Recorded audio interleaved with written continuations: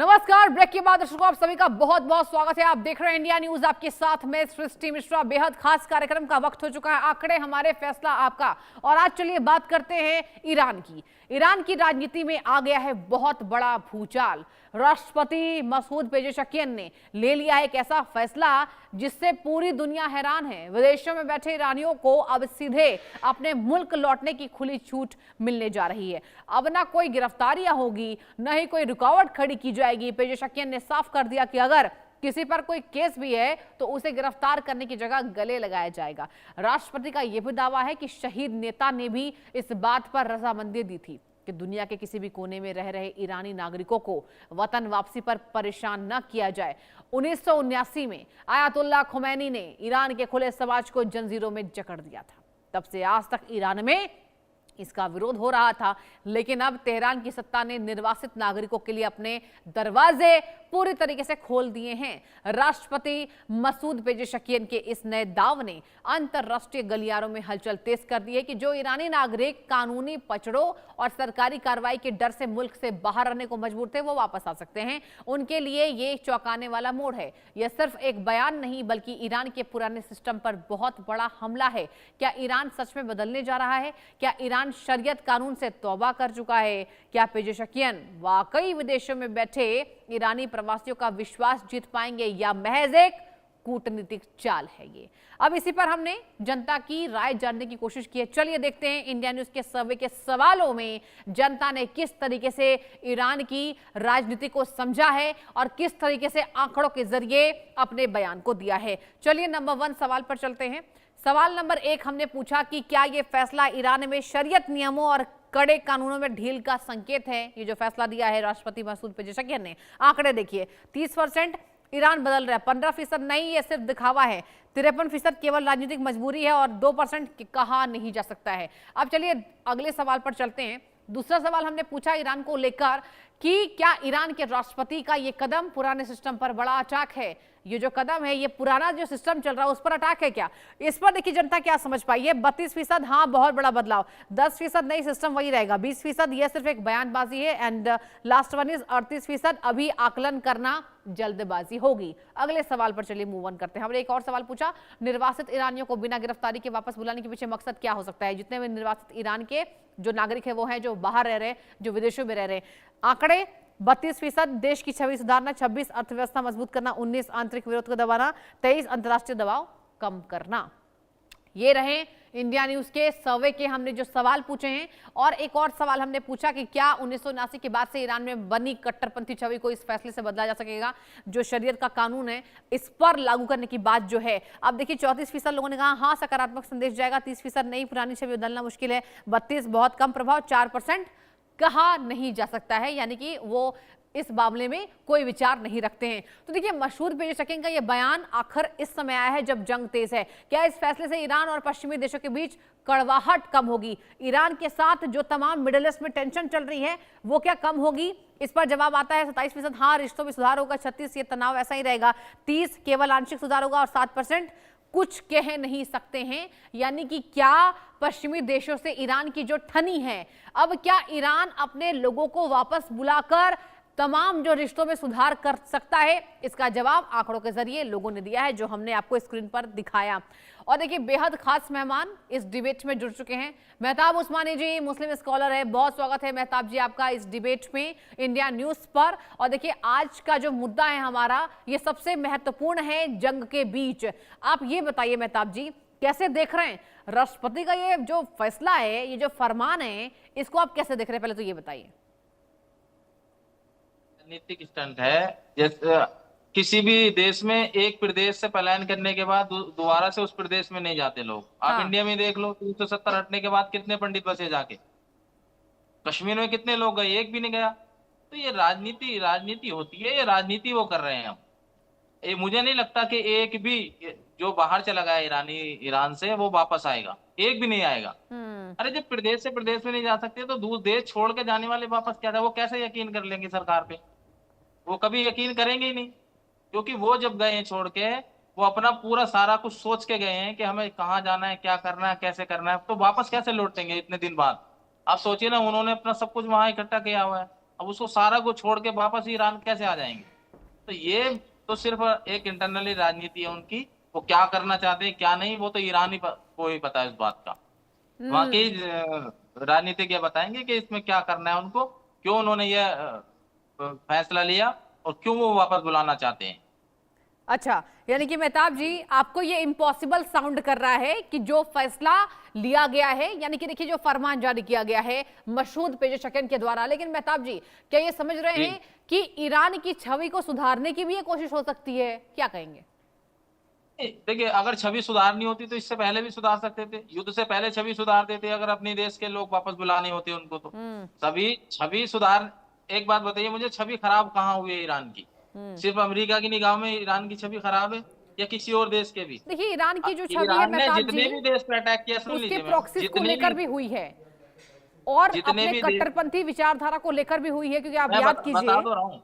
हाँ। देखिए, आप इसे कट्टरपंथी विचारधारा नहीं कहेंगे, जितने भी मुस्लिम कंट्री हैं, प्योर मुस्लिम कंट्री जितने भी है, उसमें यही कानून चलता है, शरिया कानून से ही वो देश चलते वो हैं। तो ठीक तो है आप मेहताब इसको जी, चलता है कट्टरपंथी शरिया कानून कैसे कानून। कर देंगे? पहली बात तो मैं बताऊं तो 90% इंडियन को यही नहीं पता कि शरिया कानून का डेफिनेशन क्या है, शरिया कानून होता क्या है। सिर्फ एक नाम पता है कि शरिया कानून लागू कर देंगे, शरिया कानून। आप मुझे बताइए, आप शरिया के बारे में बोले, आप मुझे, आप एज ए एंकर मुझे बताइए, what is the definition of शरिया कानून, बता दीजिए मुझे।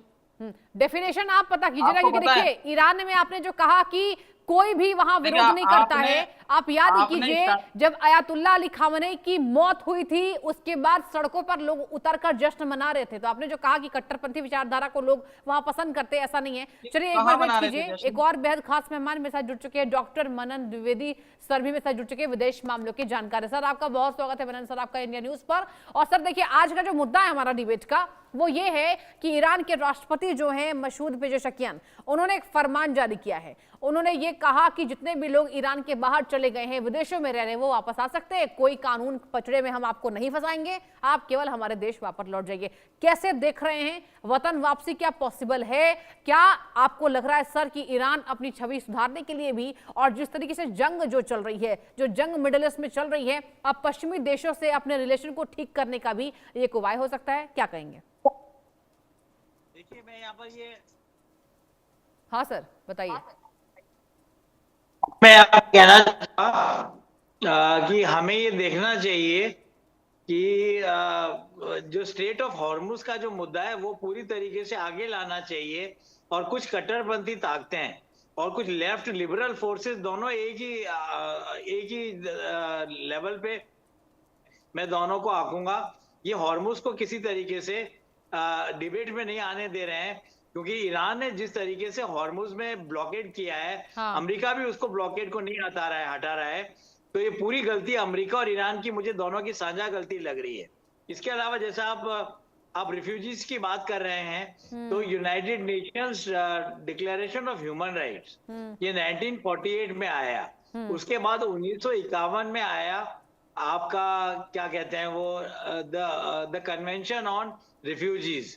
उसके चलते ये पूरी तरीके से लीगलाइज है और ये पूरी तरीके से अंतर्राष्ट्रीय नियमन के दायरे में आता है कि कोई किसी राष्ट्र में अगर कोई सिटीजन या कोई पॉलिटिकल लीडर या कोई head of state political repression face कर रहा है या कू को फेस कर रहा है या किसी तरह की पीड़ा को फेस कर रहा है, तो वो वहां से निकल के एक अच्छी डेमोक्रेसी में जो भी राष्ट्र उसको शरण देने को तैयार हो, उसमें वो वहां पर आ सकता है।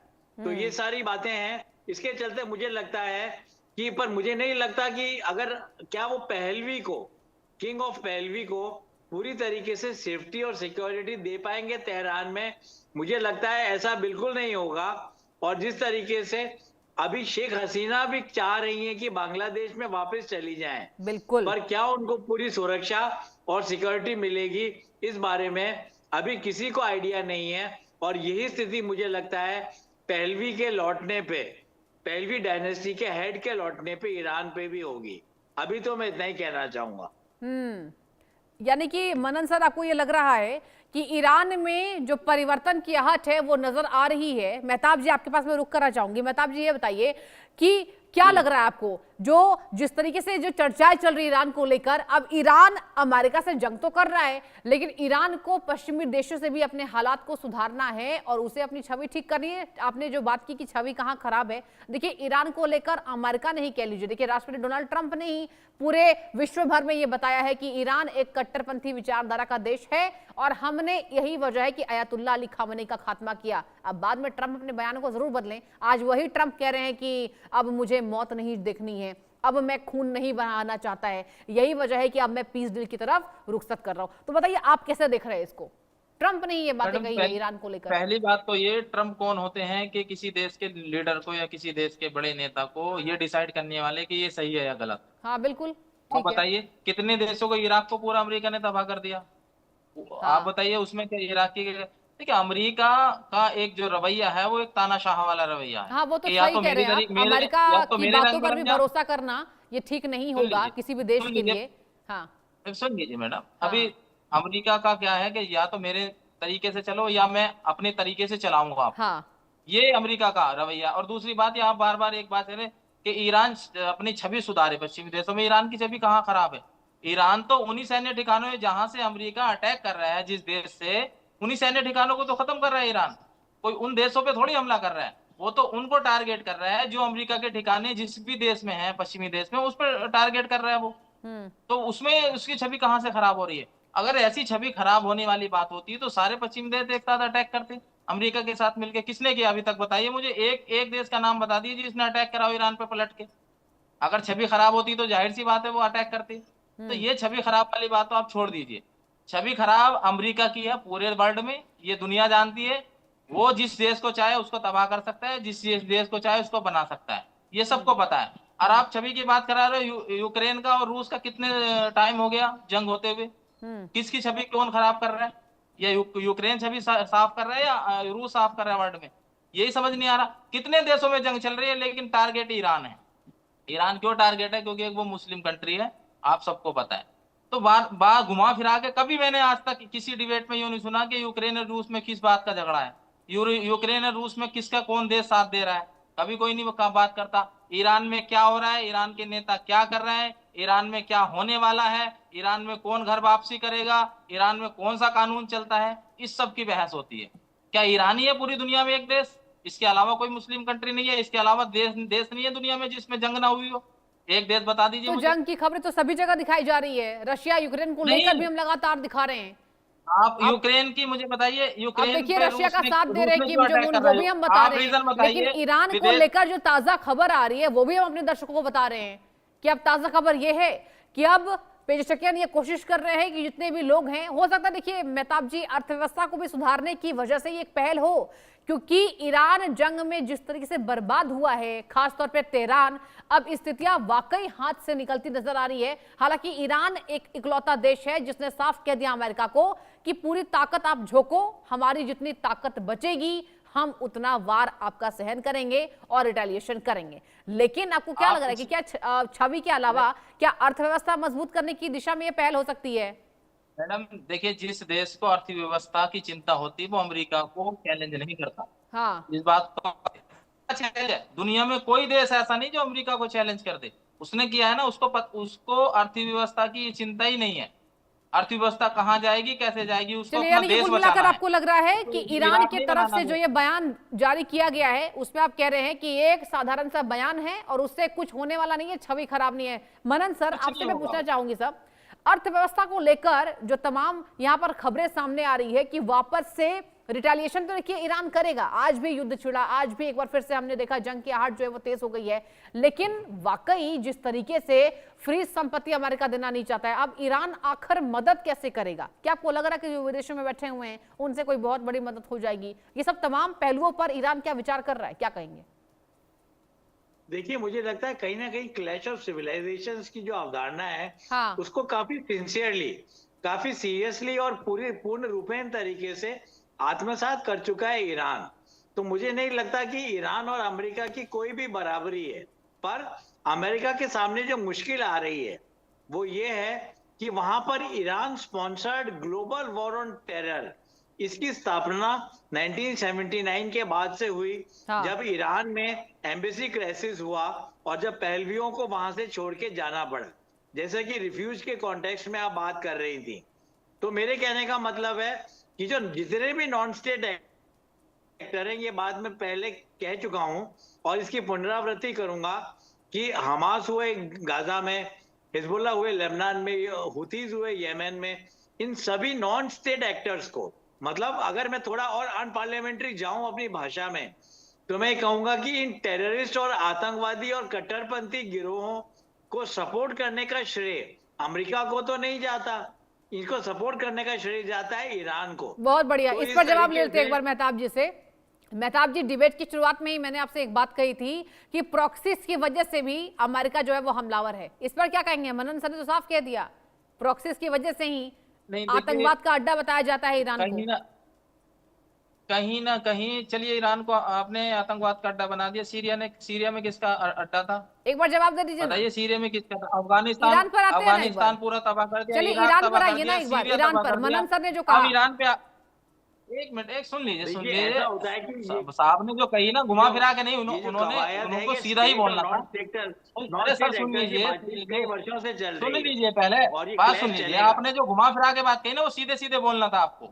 आपने जो घुमा के मैं बात घुमा कही ना, फिरा के सीधे बात सीधे नहीं बोलना कर रहा था। हूँ, मैं ये कह रहा हूँ कि अगर ईरान एक global minute war soon on लीजिए, टेरर अरे में सुनना नहीं चाहते आप यूनाइटेड लोग, नेशंस आप लोग एक बार सुनना सुन नहीं लीजिए ना, चाहते। एक बार सुन लीजिए सुनना मनन नहीं सर को क्या चाहते कह आप। रहे हैं वो। आप सुनना ही नहीं उन्होंने घुमा फिरा चाहते। कर थोड़ी ये बात कही, उन्होंने साफ कहा कि जिस तरह के प्रॉक्सीज हैं उसको लेकर सीरिया अमेरिका में- तो प्रॉक्सीज को सपोर्ट नहीं कर रहा है, कर रहा है ईरान सपोर्ट। मैडम सुन लीजिए, सीरिया में आप पूछिए, कहाँ बैठे हैं? सीरिया में कितने हमास के लड़ाके लड़ रहे थे, हुती लड़ाके लड़े थे ये सीरिया में? प्रॉब्लम यही है, डिबेट है ईरान पर। किस बात पे? एक मिनट सुन लीजिए। आप कहते हैं कि ईरान आतंकवाद को सपोर्ट कर रहा है, सीरिया ने किस आतंकवादी को सपोर्ट किया था? क्यों तबाह किया पूरा सीरिया? बताइए, जवाब दीजिए इसका। अफगानिस्तान में खुद अमेरिका छोड़ के भागा हथियार, इतने दिन लड़ा, फिर भी नहीं जीत पाया। क्यों क्यों वही क्यों भागे आप? जब इतने ताकतवर अच्छा, थे तो हमास क्यों को भागे? आप कैसे समझते हैं देखिए, वो एक बताइए करके ना। ये टारगेटेड है। मेहताब जो भी जी। मुस्लिम कंट्री, सुन लीजिए, जो भी मुस्लिम कंट्री अपना वजूद बनाना चाहता है ना दुनिया में, जो भी मुस्लिम कंट्री उभरना चाहता है, उसको दबाने का काम अमेरिका करता है। ईरान वर्ल्ड में मुस्लिम कंट्रियों में नंबर 1 पे जाने वाला था। किस चीज में? अमेरिका को लगा, अरे यार ये कैसे जाएगा भाई, इसको तो दबाओ। मनन सर, वही आपका उसने आपकी वही बारी है, नीति एक बार सुन अपनाई लेते जो- मनन सर जो को। बाकी ठीक है, कंट्रियों में मैंने सुन अपनाई। लिया मैं आपकी ये बात। कहना चाहूंगा, मेहताब जी एक बार हिंदू, वेट कीजिए, मुस्लिम, आ रही हूँ मैं आपके पास, एक बार क्रिश्चियनिटी- इंतजार कीजिए मनन सर। मैं ये कहना चाहूंगा कि हिंदू मुस्लिम या फिर क्रिश्चियंस, ये जो है ये अराजकता की तरफ बढ़ने वाले सिद्धांत हैं, डेवलपमेंट्स हैं। अंतर्राष्ट्रीय परिप्रेक्ष्य में पावर, शक्ति, नेशनल इंटरेस्ट मतलब राष्ट्रीय हित, इन सभी नियमों को और यथार्थवाद को, रियलिज्म को देखा जाता है। और अगर आज के पोस्ट मॉडर्न दुनिया में, ग्लोबल पॉलिटी में भी अगर आप हिंदू मुस्लिम या क्रिश्चियन मुस्लिम की बात करेंगे, तो कहीं ना कहीं हमारा नैरेटिव बहुत अनप्रोग्रेसिव और बहुत ही बैकवर्ड हो जाएगा। और यही बात मैं कहना चाहता हूं ऑपरेशन एपिक तो फ्यूरी सर, के रूस क्यों लड़ा है कॉन्टेक्स्ट 1.5 साल से यूक्रेन से? कौन से मुस्लिम और कौन से आपस में लड़ रहे हैं? वो क्यों, रूस क्यों लड़ा है यूक्रेन से भाई इतने दिन से? हैं? यूक्रेन तो मुस्लिम कंट्री भी नहीं है। व्लादिमीर पुतिन है, व्लादिमीर पुतिन नहीं, डिक्टेटोरियल मैं रीजन जानना चाह रहा हूँ भाई, ये तो मुस्लिम कंट्री भी नहीं है दोनों, तो आप क्यों लड़ रहे हैं? आप तो कह रहे हो कि ये भाई, चलिए मैं आपकी बात को मान लेता हूँ, आपने घुमा फिरा कर टारगेट मुस्लिम करना था, कर लिया, तो भाई ये क्यों लड़ रहे हैं इतने दिन से आपस में? न्यू कोल्ड वॉर की छाया है वैश्विक राजनीति पे। अब न्यू वर्ल्ड वार आ गया सर, और अब न्यू वर्ल्ड वार आ गया। आपके पास कहने के लिए शब्द नहीं है, बड़ी कॉमन आपके पास कहने के लिए शब्द नहीं है कि क्यों लड़ रहे हैं वो। आपके पास कहने के लिए सिर्फ आतंकवाद शब्द है, मुस्लिम शब्द है, इसके अलावा दूसरा शब्द नहीं है आपके पास। आपके पास दूसरा शब्द ही नहीं है कोई। अरे आपको लगता है कि यूक्रेन के साथ गलत हो रहा है तो खड़ा होइए हिंदुस्तान के साथ, ईरान के साथ मत खड़े हो। अमेरिका ने नेतनाबूद किया, आप ईरान के साथ मत खड़े हो, आतंकवादी देश है साहब। आप यूक्रेन के साथ खड़े हो, यूक्रेन तो नहीं आतंकवादी है, मुसलमान भी नहीं है यूक्रेन में, आप हिंदुस्तान उसके साथ खड़ा हो, उसकी मदद करें। देखिए मुसलमान की बात आ ही नहीं रही है यहाँ पर। आप भी कह रहे हो सर, आपने घुमा फिरा के कोई बात नहीं चाहिए। मैंने आपसे पूछा वहां क्यों युद्ध हो रहा है, तो आपके पास जवाब नहीं था। नैरेटिव बड़ा मैंने बैकवर्ड आपसे है। सीधे सवाल पूछा कि यूक्रेन और रूस का युद्ध क्यों हो रहा है, क्या रीजन है, आपके पास जवाब नहीं था। क्योंकि जो जवाब आप देते वही जवाब मैं अमेरिका और ईरान के बारे में देता। आपने इसलिए जवाब नहीं दिया ना, जो आप जवाब देते वो सेम जवाब मैं अमेरिका और ईरान के लिए देता। दीजिए जवाब, आप बताइए क्यों युद्ध हो रहा है, जिसको युद्ध क्यों हो रहा समझने की है? हमें कोशिश करनी चाहिए। ये यूक्रेन क्यों नहीं हो रहा रशिया था इन में दोनों में? कोई हिंदू मुस्लिम क्रिश्चियन और मुस्लिम नहीं चल रहा है। चलिए ठीक है, कोई माफी के clash साथ of आप दोनों को बीच civilization में ही नहीं चल टोकना रहा पड़ रहा है। बहुत शुक्रिया दोनों खास मेहमानों का इस डिबेट में जुड़ने के लिए। और बड़ी खबर का रुख करेंगे ऑपरेशन शोध में। नागपुर